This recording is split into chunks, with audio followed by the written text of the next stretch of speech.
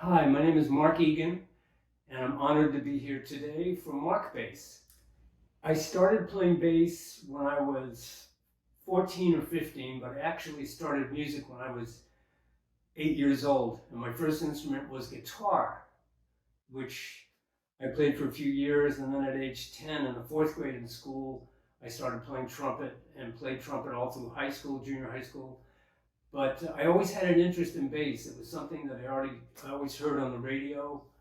A lot of the music then that I was listening to, which was top 10 music, was a lot of Motown music. Of course, James Jamerson and all the music of Cream and the Beatles and Led Zeppelin. So came a little bit later, but I liked listening to bass so much that I just went out and bought a bass, and I started taking some lessons with a guitar player in Brockton, Massachusetts. So that's how I started on bass. And I went to school at the University of Miami actually as a trumpet player, but I brought my bass as a second instrument, and I became more in demand on bass gradually, and I didn't look back. I just went for it with bass.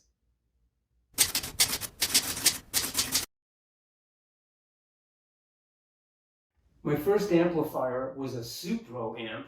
It was a tube amp, and it was a 115 speaker in it, and it sounded great. I wish I still had it. It had a big sound, would distort, which I liked. I brought that when I went down to Miami, and I used that on gigs when I was starting to play down there. And it was a great amp. It just had a big, like I said, a big sound, and it was warm. And I wasn't too fussy in the beginning. I just wanted to hear the bass sound. Actually, my first bass was a Delray bass.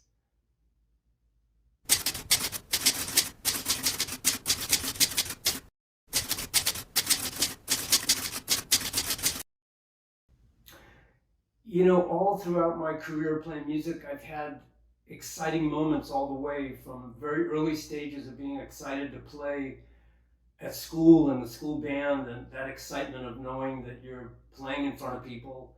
Um, when I was in high school, I played at Expo 67, and that was a very exciting thing. When I was about 14, I played with a band, actually playing trumpet on the Ted Mack Amateur Hour, which is a show that was on in the 60s, 1967, I believe.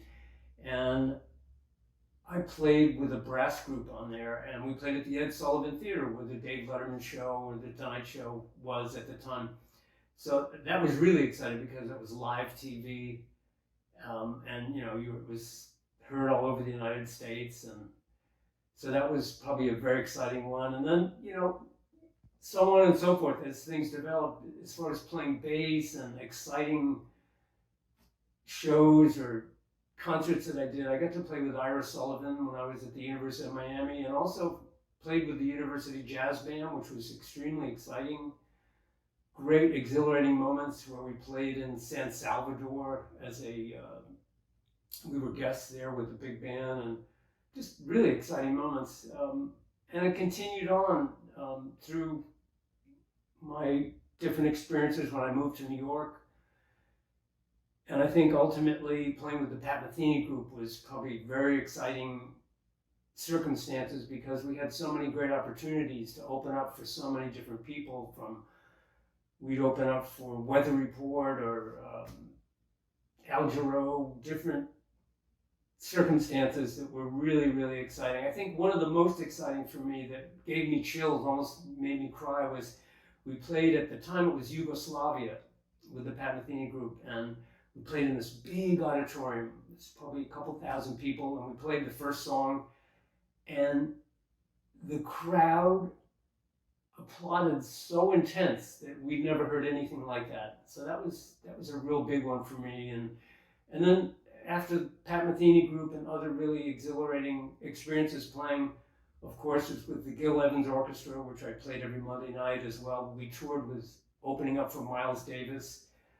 That was very exciting. We also played with Sting, and we played a concert in Italy, in Perugia, Italy, for about 40,000 people. I'm not sure how many, but it was a big concert, and playing all the music of the Police and Sting's music for all those people. Sting was playing guitar, I was playing bass.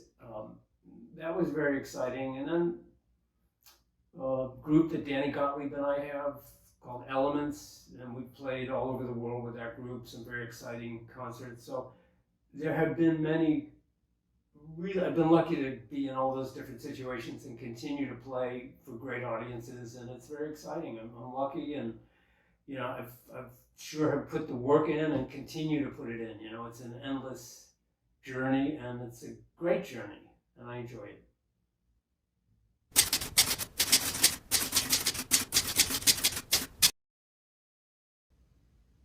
Some of my most important collaborations, of course, were with the Pat Metheny group, as I mentioned before, also, as I mentioned before, with Gil Evans, and both of those collaborations were very, very deep experiences, in that with the Pat Metheny group, we were really going for a very individual, unique sound as an ensemble, as a group. So it wasn't about everybody just playing as fast as they can play. There was an intent to really make really thoughtful, great music. And thanks to Lyle Mays and Pat for writing the great arrangements that we did, that it was able to feature everyone, but it was a very cohesive unit and a different sounding unit. And that was one collaboration. Of course, my collaboration with Gil Evans, playing in that group, we got to play with so many great players. I got to play with so many great drummers, and all the great players in New York were in that band and would come and play in that band. Also, the collaboration of Danny Gottlieb that I mentioned with the group Elements was one of the most important ones, and closest probably to me, because we wrote original music for that and continue to.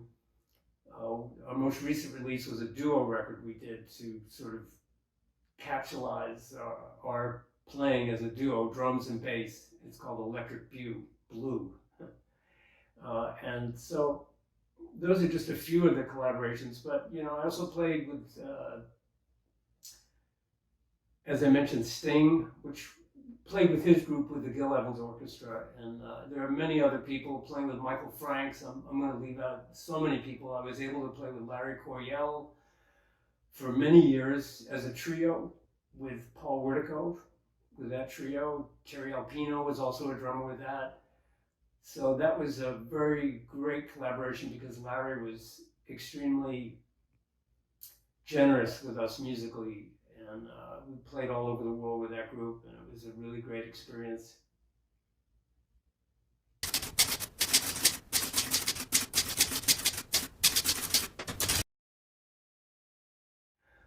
I first discovered Mark bass while I was on tour with Larry Coryell, and we played at the Blue Note in Milano, Italy, and there was I think it was a 121, a 112 combo cabinet, CMD, that was provided by the club.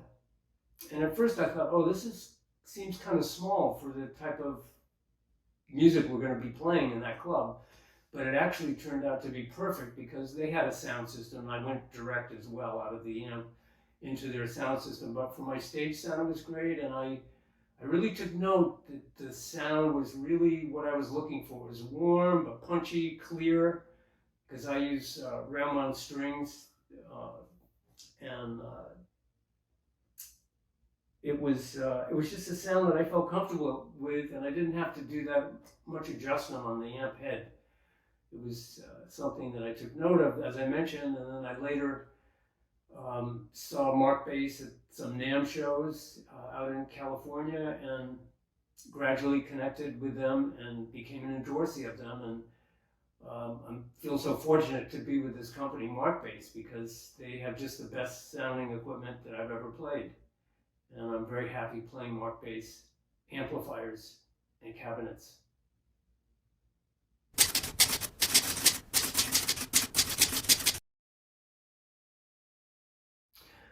Well, I have used and have many different Mark Bass models.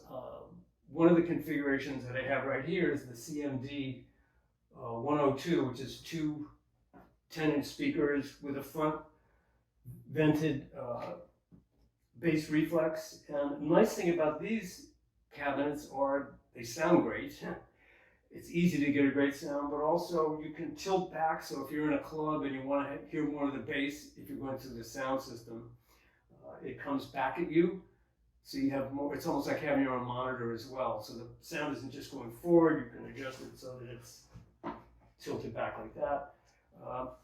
I have two because a lot of times I use stereo effects and I'll put one on each side of me, or even mono effects, but I like the big sound of using two when I do. I also use the 121,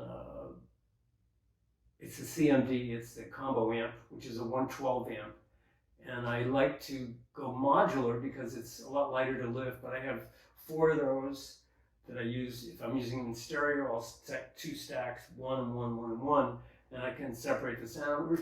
It's a great configuration because I can, depending on the size of the club, if I'm playing in New York City, I can bring 2 of them, or I can bring 4 of them, or if it's a really small club, I'll just bring 1, and it sounds great. And I like the sound of 12-inch speakers. I used 12s a lot when I was with the Pat Metheny group, and I got used to that sound. I also like front-loaded amps because I can feel more bass coming out of it.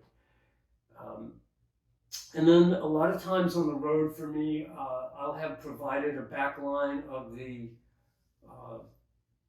410s cabinets. And with amps, I've used the Mark Bass 3 amps, from the stereo, one on each side. Little Mark, I think it is called. And I also have the Big Bang, which is a small amp. I know it was discontinued, but I still use them all the time. So they're versatile amps. My sound is a very, I like to get clarity, but I like punch, and I like bottom end without being too rumbly, and that's what I get out of Mark Bass.